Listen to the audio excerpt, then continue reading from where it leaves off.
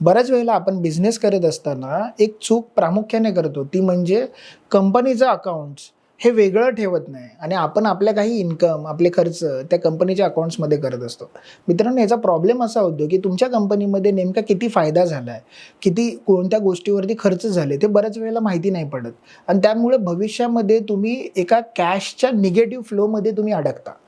बहुतेक वेळेला असं होतं, की जर तुम्हाला एखाद्या पैशाची गरज लागली, तर तुम्ही काय करता, ते कंपनीतून विथड्रॉ करता. त्याचबरोबर कंपनीमध्ये पैशाची गरज लागली, तर तुम्ही ते स्वतःच्या खिशातले पैसे काढून डिपॉझिट करता. पण ह्याच्यामध्ये काय होतं, की कंपनीचा ॲक्चुअल नफा किती आहे आणि मी बाहेरून लोन किती घेतलेलं आहे, ह्याच्यामधला फरकच ओळखता येत नाही. मग ह्याच्यामुळे काय होतं, की बऱ्याच वेळा तुमचा कॅश फ्लो हा निगेटिव्ह जाऊ शकतो आणि तुम्ही एक फायनान्सच्या ट्रॅपमध्ये अडकू शकता. त्यासाठी तुमच्या कंपनीचा व्यवहार हा टोटली वेगळा ठेवा आणि तुमचे पर्सनल व्यवहार असतील ते टोटली वेगळे ठेवा. त्यामुळे तुम्हाला भविष्यामध्ये कंपनीमध्ये खरंच फायदा होतोय का? त्याच्यामध्ये प्रॉफिट मार्जिन किती आहेत? हे सगळ्या गोष्टी तुम्हाला समजतील आणि होणाऱ्या फायनान्शियल ट्रॅपमध्ये तुम्ही अडकण्यापासून वाचू शकाल.